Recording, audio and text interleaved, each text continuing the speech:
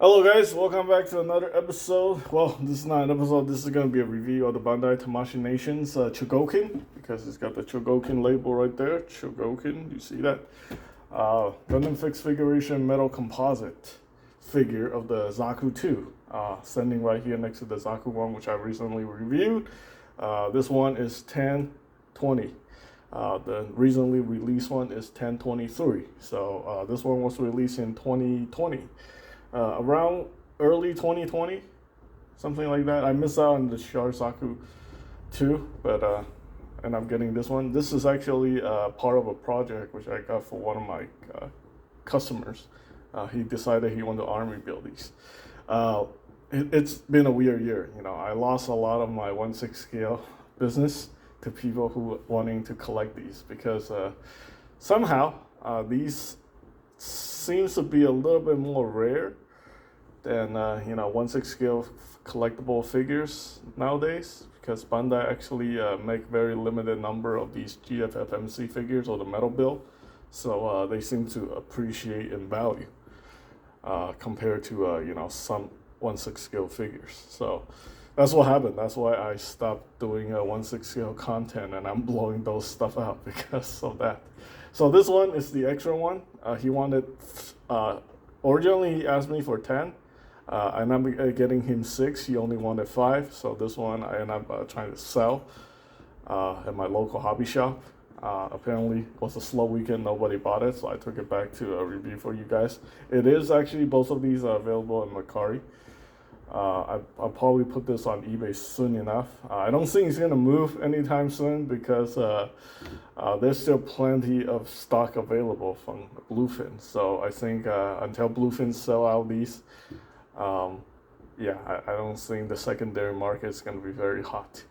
So yeah, I do have plans to hold on to these until they sell. I have to get rid of them, but I'm fine with it just sitting around until somebody actually commit to buying it for the price I wanted. So anyway, with that out of the way, I'm going to give you guys an objective rating of 4 out of 5 for this guy. It does have problems. The QC is not as tight as this one. The backpack came detached right out of the box, which is annoying. The figure doesn't feel as overall as tight as this one. I think the QC for this guy is a lot better. It doesn't really have any, I don't notice any nut marks on this figure compared to, some of the metal build figures I reviewed in the past. So that, at least that part is, they put attention to the plastic part. So it's a die-cast figure. The joints are die-cast, the frame is die-cast, but all the exterior armor are plastic, ABS plastic. The tubings are plasticized PVC. The hands are plasticized PVC, so you have to deal with plasticizers, phthalates, diethyl endocrine disruptors. And say that in all my videos. And okay, so we have the box, at the back of the box. These things retail for about $200. A lot of people say, well, these things are so expensive, I wish I can buy them. Yes, you can buy these. A lot of people just use the payment plan on PayPal, pay by 4 or pay in 4. So basically, $200 figure, every 2 weeks you pay $50 to pay out this figure. I think for most people they can afford it. A lot of people like to make excuses how they can't afford high-end collectibles like Hot Toys and all these stuff. If you do the payment plan, most retailers nowadays do payment plans, so you can actually afford it. You don't have to pay $200 at one time. You can pay over time. A lot of statue collectors does it. A lot of Hot Toys collector does it. I think in general the reason why people come up with all these ideas about these things being not affordable is because they can't exercise. It's a mental thing. Like they can go through the idea of paying $200 for one thing. Instead, they want to keep their money so they can keep buying like little things, which eventually whatever. I don't. I'm just giving you guys a suggestion. That's not how you guys decide what you want to do with your money. But there is ways for people to afford these figures. So anyway, the difference between these two from the other one is all in the accessories. Well, the parts and this accessory here is different. So we have the bazooka right here, which kind of look the same as this one, right? There is a difference. So basically, you take this thing apart. This is a different part right here. This bazooka is special. It's unique to this figure. So let's see. How am I going to connect this? Oh, right there. So yeah, it's got this different style bazooka right there. This is new. And it's got different ammunition. So you pop that in right there. So this is a different style bazooka. And you can still connect these to the shoulder part right here. Shoulder arm, like that. So, and you also have the option to swap out the commander antenna. The headpiece right there. So you can pop this thing off. You pull this thing out. And then you put this on. I'm not gonna do that. So also you can adjust the mono eye right there. There's a switch. You use this tool right here to adjust the mono eye like that. And just put that right in the middle. Nope.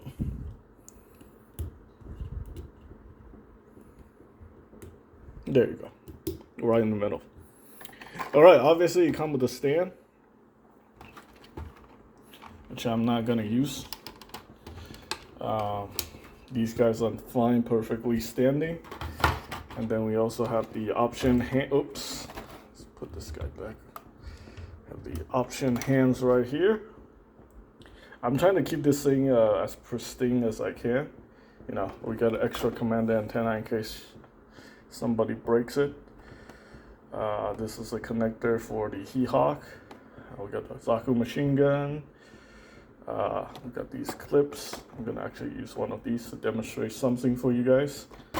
So yeah, I'm trying not to touch the other accessories because I want to keep this one pristine in case somebody wants to buy it. Alright, so you got this connector right here. I forgot to show that on the Char Zaku one. So basically, this thing right here allows you to do this very interesting gimmick right here, like that.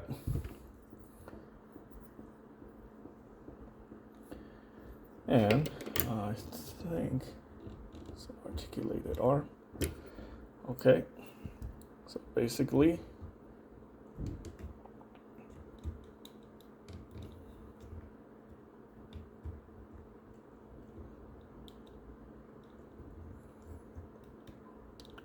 there you go.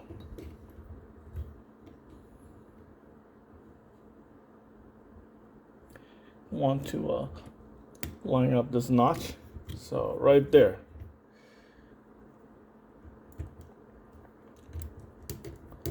Like that. So that makes it easier for him to hold the bazooka and fire it. Also, we got the cover here, flip up cover for these.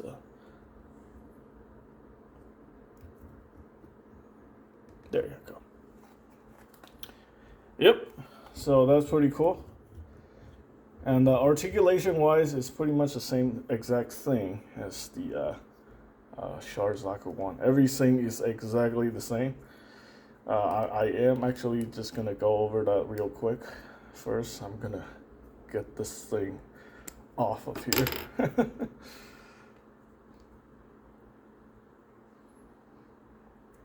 Actually, you know what? It's a little tight. I'll do it off screen. Yeah, don't want to mess this thing up. Okay, so anyway, let's go over the articulation on this guy real quick. I gotta take this thing off.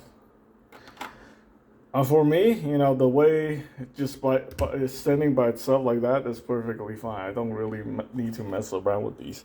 So we got the again, the articulation on these are good, but not great. I think the master grade model kits actually have better articulation. So got the toe joint here, which is completely useless. We got a little articulation point here for the ankle armor right there, but I don't think that's really useful other than like poses. You can actually put this guy into a kneeling pose.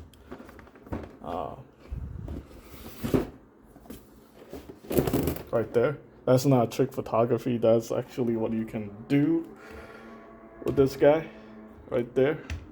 You can achieve that pose if you so wish. Don't know if we can zoom in on that.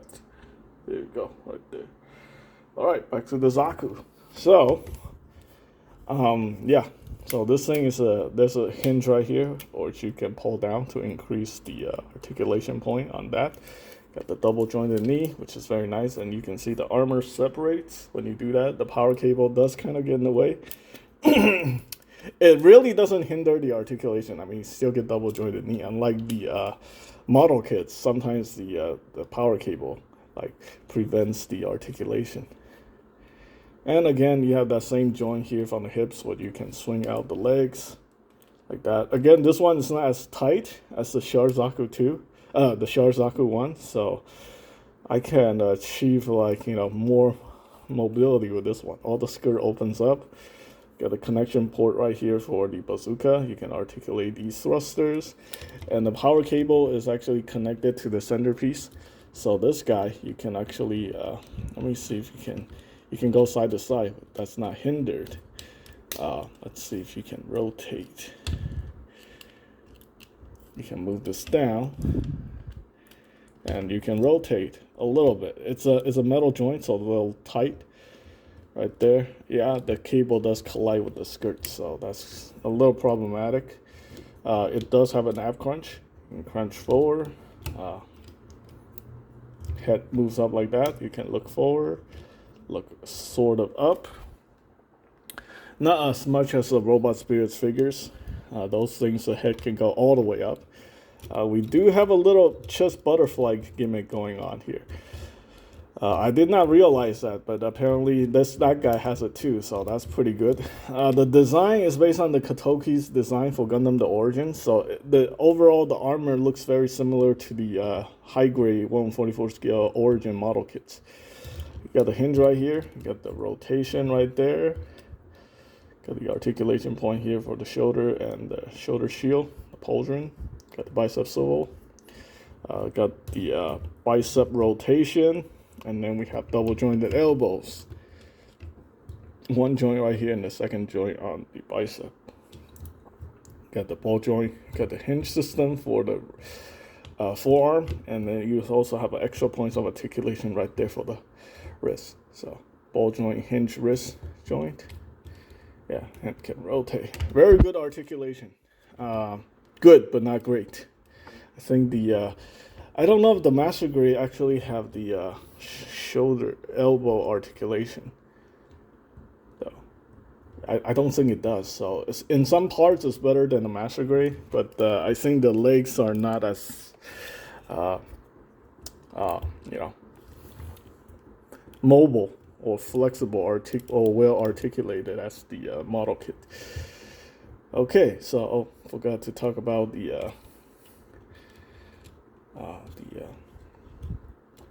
cockpit. So the cockpit is you gotta be a little careful with it. You gotta pull in and then you gotta pull out like that. So you can adjust the cockpit right here with the tool. Right there you have both of these. One that's nothing, and then you have the actual seat right there. There we go.